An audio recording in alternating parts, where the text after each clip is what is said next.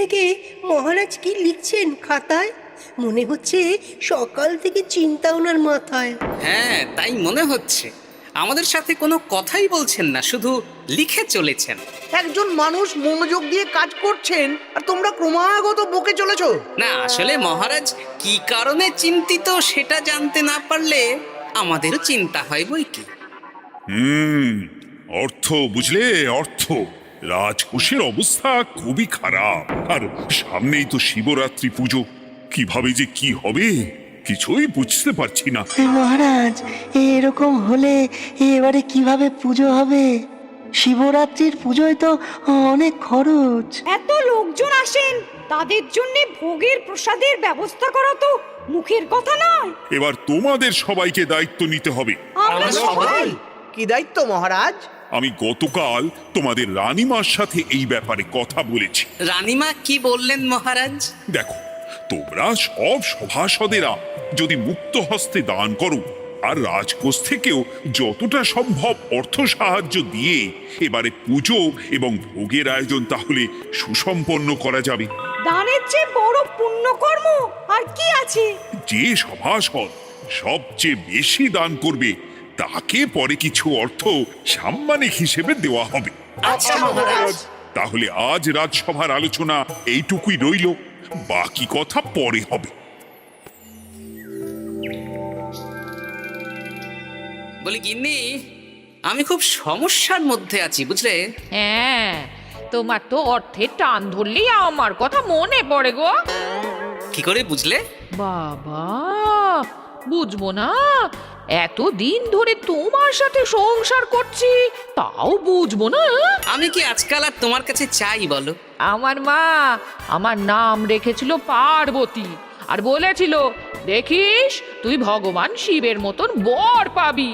তোমাকে পেয়েছি, কিন্তু সাথে পেয়েছি অভাব। হ্যাঁ, সে যতই অভাব হোক, মন্ত্রী মশাইয়ের মতো স্বভাব তো নষ্ট করিনি গিন্নি।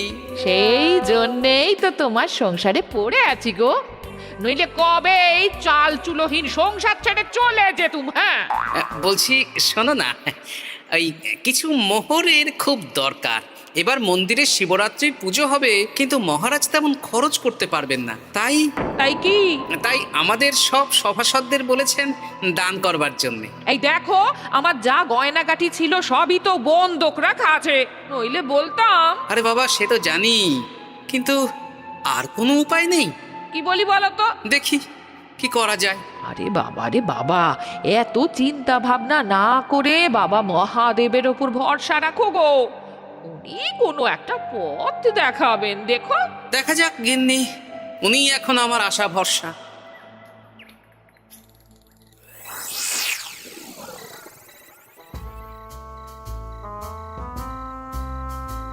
আরে মন্ত্রী মশাই, আপনি তখন থেকে শুধু এদিক ওদিক করছেন কেন বলুন তো? তা কি করব? না, আমরা তো বুঝতে পারছি না আপনার কি হলো। জীবনে অনেক অপমানিত হয়েছি, অনেক মার খেয়েছি, এবার সম্মান চাই। আর কেউ সম্মান না করলেও আমরা কিন্তু আপনাকে বেশ সম্মান করি মন্ত্রী মশাই। তোদের সম্মান আর মহারাজের সম্মানের মধ্যে অনেক পার্থক্য আছে।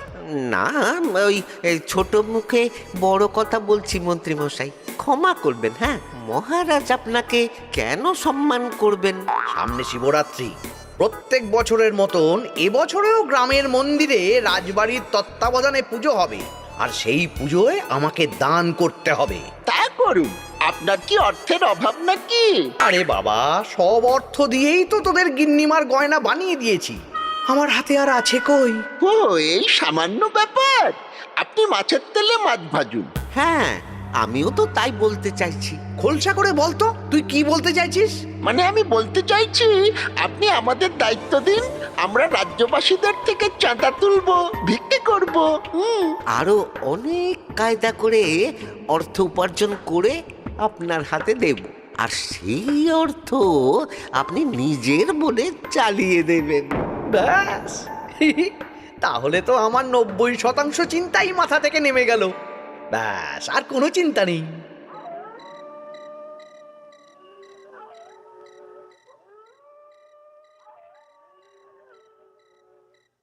কি গো, এত রাত হয়ে গেল, এখনো ঘুমোচ্ছ না কেন বলো তো? হ্যাঁ, খুব চিন্তা হচ্ছে গো গিন্নি, এখনো বুঝে উঠতে পারিনি যে কি করে দান করব।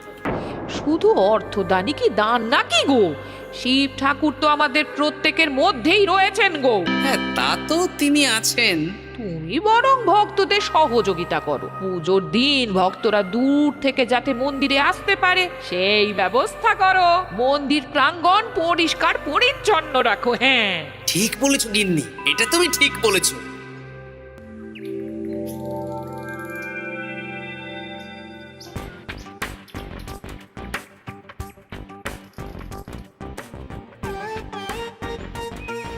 এই যে বাড়িতে কে আছেন?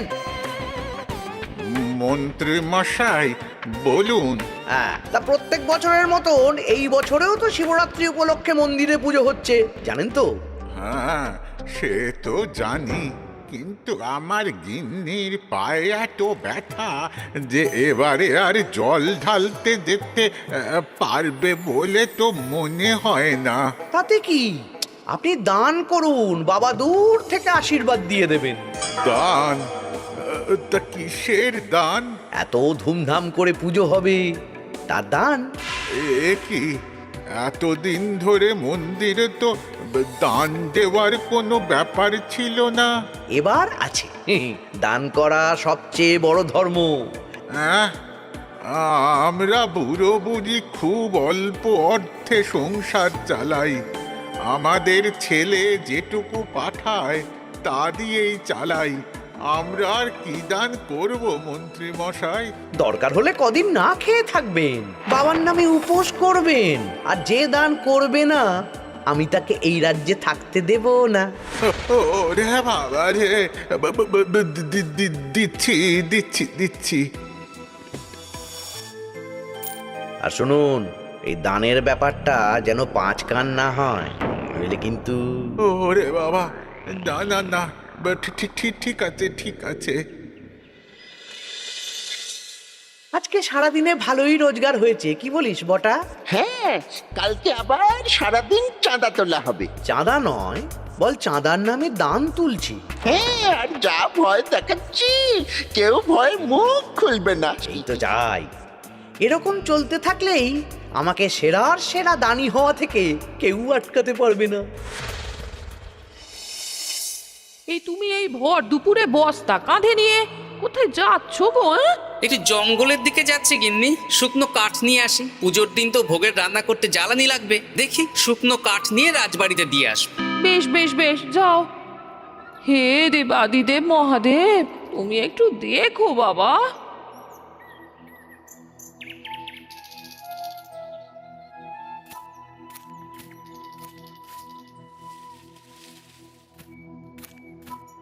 আরে আরে, নগেন খুঁড়ো না, এই সময় কাঠ কুড়োচ্ছ কেন?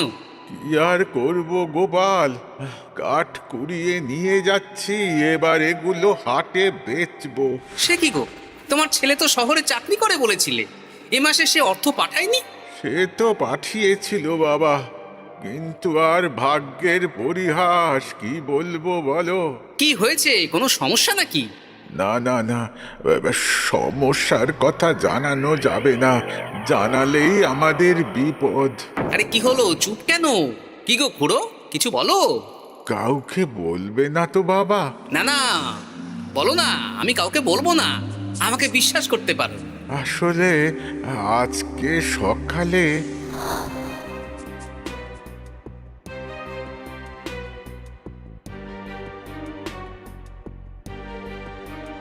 হ্যাঁ, মন্ত্রী মশাই? হ্যাঁ, শুধু আমাদের বাড়ি থেকে না, গ্রামের সব বাড়ি থেকে তুলেছে।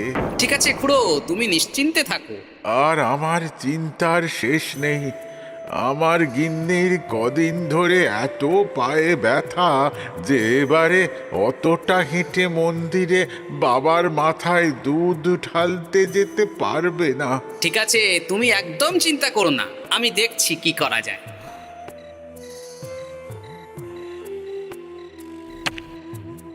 প্রহরী, এটা ভাড়ার ঘরে রেখে দিয়ে এসো। বলো গোপাল দিয়েছে, ভোগ রান্নার সময় জ্বালানি লাগবে তো, তাই এই কাঠ দিয়ে গেলাম। আচ্ছা গোপাল দাদা।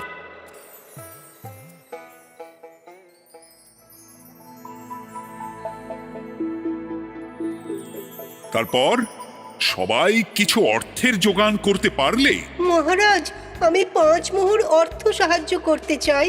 আমিও 5 মোহর মহারাজ। বেশ। গোপাল, মহারাজ, এখন আমার হাত একদম খালি, তাই আমি অন্যভাবে সহযোগিতা করার চেষ্টা করছি। কিরকম? এই তো গতকাল আমি 1 বস্তা কাঠ দিয়ে গিয়েছি, আজকে আরো দেব। তারপর আগামীকাল মন্দির চত্বর পরিষ্কার করব, আগাছা পরিষ্কার করব, পুজোর দিন ভিড় সামলাবো, যারা দূর থেকে আসবে তাদের একটা গরুর গাড়ি করে নিয়ে আসবো। আচ্ছা, বেশ বেশ, কর। মন্ত্রী, মহারাজ, এই নিন। এতে 200 মোহর আছে, আমি আরো দান করব, আপনি কোনো চিন্তা করবেন না মহারাজ। বাহ বাহ বাহ বাহ বাহ, এ তো বিশাল ব্যাপার। আমি জীবনে অনেক পাপ করেছি, তাই এখন দান করে একটু যদি পুণ্য লাভ হয় সেটাই আশা। বেশ বেশ। পণ্ডিত, তুমি আর রাজবৈদ্য তাহলে পুজোর দশকর্মা দ্রব্যাদি কেনাকাটা শুরু করো। এখন ধারে নিয়ে আসবে, পুজোর পরে সব শোধ করে দেওয়া হবে। আচ্ছা মহারাজ, ঠিক আছে।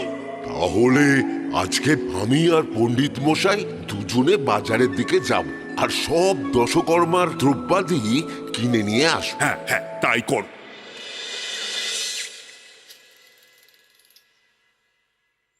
এই ঘটা পুঁটির বাবা একটা কানা করিও চাঁদা দেয়নি। হ্যাঁ, আমার মাথায় একটা বুদ্ধি আছে। কি বুদ্ধি? দেখ, ওদের বাড়ির বাইরে একটা শাড়ি ঝুলছে। শাড়িটা দেখে খুব একটা ওই পুরানো মনে হচ্ছে না। ওটা হাত সাফাই করে বাজারে বেচে যা অর্থ পাবো সেটাই মন্ত্রী মশাইকে দেব, তাই তো? একদম তাই।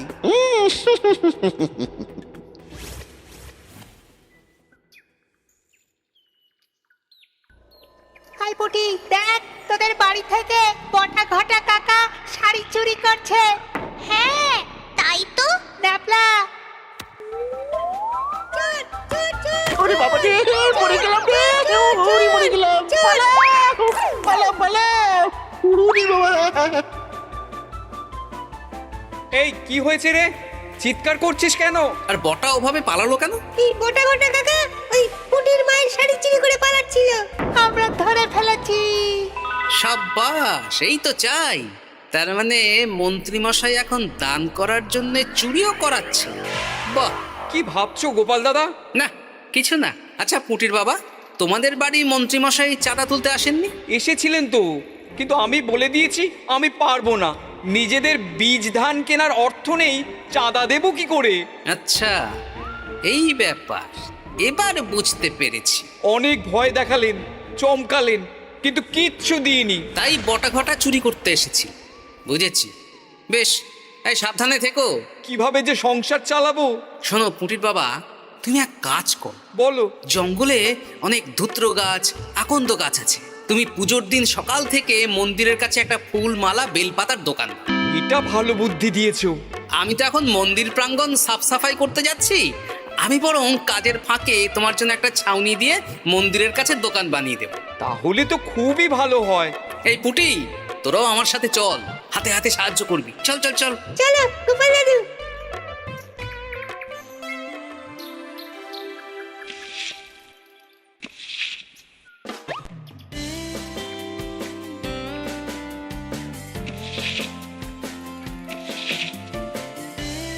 দাদু, এই জায়গাটা গর্ত আছে, তাই মাটি নিয়ে এলাম।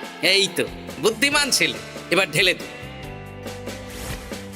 ব্যাস, এখানটা এবার ঠিক হয়ে গেল। দেখি এবার মন্দিরের পিছনের দিকটা একটু পরিষ্কার করে দিই।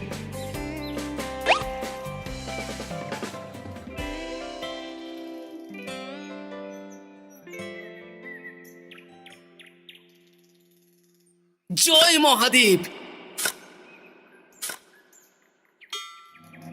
কি কিসের আওয়াজ হলো? হ্যাঁ দাদু, কিরকম একটা টং করে আওয়াজ হলো। দেখি তো। আরে বাবা, এটা ঘোড়া মনে হচ্ছে। হ্যাঁ তাই তো মনে হচ্ছে। জয় মহাদেব। বের করো, বের করো। এই তো।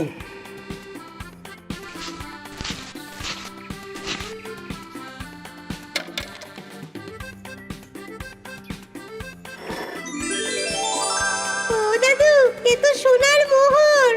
জয় মহাদেব। তুমি সত্যি আছো প্রভু, তুমি সত্যি আছো। একই দাদু, তুমি কাঁদছো কেন? সবই মহাদেবের কৃপা। মহারাজ বলেছিলেন দান করতে, মহাদেব নিজেই নিজের পুজোর ব্যবস্থা করে নিলেন রে। হ্যাঁ, তাই তো দেখছি দাদু। তবে শোন, এই কথাটা কাউকে বলিস না। আচ্ছা গোপাল দাদু, আমরা কাউকে বলবো না। হ্যাঁ।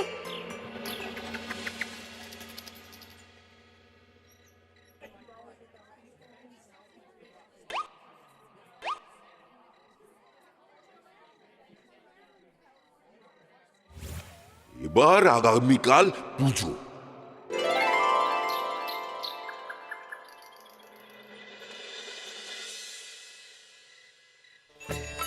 জয় শিব শম্ভু, হর হর মহাদেব। হে প্রভু, হে মহাদেব, জগতের কল্যাণ করো ভোলানাথ। জয় শিব শম্ভু।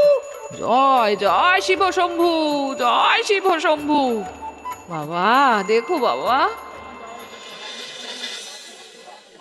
বাহ বাহ বাহ বাহ, এই তো সব ভালোই হচ্ছে। ভালো তো হবেই মহারাজ। আমি যা দান করেছি, পুজো পাঠ এবারে ধুমধাম করে হবে। দান করে অত অহংকার করতে নেই মন্ত্রী। এক হাতে দান করলে আরেক হাতকে জানাতে নেই, বুঝলে? বুঝেছি মহারাজ।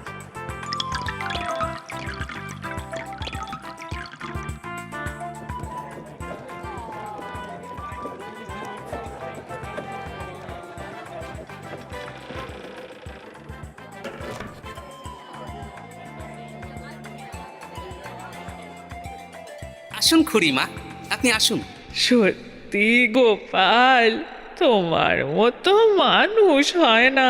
আমার পায়ে বড় ব্যথা, ভেবেছিলাম এই বছর হয়তো মন্দিরে আসতেই পারবো না। আহা, আমি তো আপনার ছেলের মতন। আর কাল আবার আসতে হবে, বড় মাঠে ভোগের আয়োজন আছে, গাড়ি পাঠিয়ে দেব, কেমন?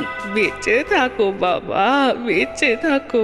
দেখো দেখো গোপালকে দেখো, ও হয়তো অর্থ সাহায্য করেনি, কিন্তু অন্যভাবে কত সাহায্য করছে। এই মন্দির প্রাঙ্গণ থেকে সব আগাছা পরিষ্কার করেছে। মহারাজ, আপনার সাথে কিছু কথা আছে। কি কথা? এখানে বলা যাবে না, যা বলবো আড়ালে। আচ্ছা চল।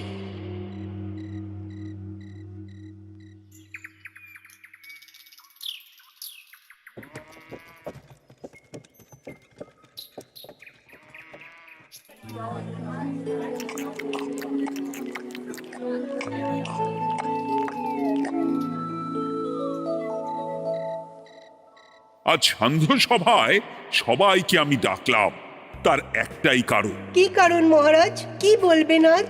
গতকাল শিবরাত্রির পুজো আর আজ বেলার পুজোর ভোগ গ্রহণ পর্ব বেশ ভালোভাবেই সুসম্পন্ন হলো।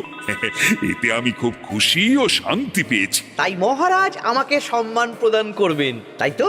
আমার মনে হয় আমি সবচেয়ে বেশি দান করেছি। না, তুমি তো কোনো নিঃস্বার্থ দানই করনি। মানে আমি যে কত মোহর দিলাম। ওগুলো তো লোকজনকে ভয় দেখিয়ে দানের নামে চাঁদা তুলে দিয়েছো। সেরেছে, সব জেনে গেছেন। হ্যাঁ, সেই জন্য সম্মান নয়, তোমাকে শাস্তি দেওয়া হবে। ওরে বাবারে, ভুল হয়ে গেছে, ভুল হয়ে গেছে।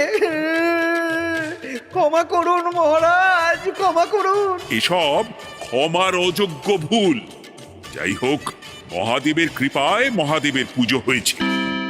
তুমি যে অর্থ লোকজনের কাছ থেকে তুলেছিলে সেটা লোকজনের মধ্যেই বিলিয়ে দেওয়া হবে। তাহলে পুজোয় যা খরচ হলো তার বকেয়া কিভাবে মেটাবেন?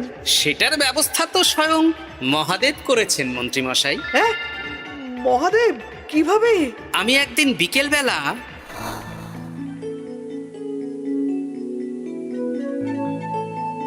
ওরে বাবা, এক ঘোড়া সোনার মোহর। হ্যাঁ, এক ঘোড়া সব মহারাজকে দিয়ে দিয়েছি। আর এই দান সংক্রান্ত যে অর্থ সাম্মানিকের কথা বলেছিলাম তা পাবে গোপাল।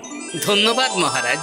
তবে মন্ত্রী মশাই যে অর্থ লোকজনের কাছ থেকে বলপূর্বক তুলেছেন সেটা দিয়ে গরিব চাষি ভাইদের বীজ কেনার অর্থ দান করা হবে।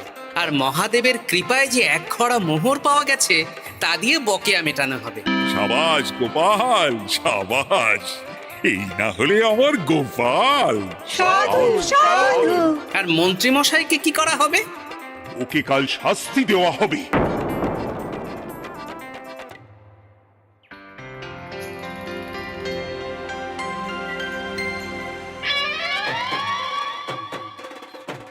ও মহাদেব, ও শিব ঠাকুর, আমাকে ক্ষমা করে দিন, ক্ষমা করে দিন আমাকে।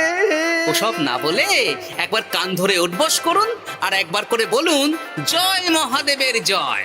জয় মহাদেবের জয়, জয় মহাদেবের জয়, জয় মহাদেবের জয়।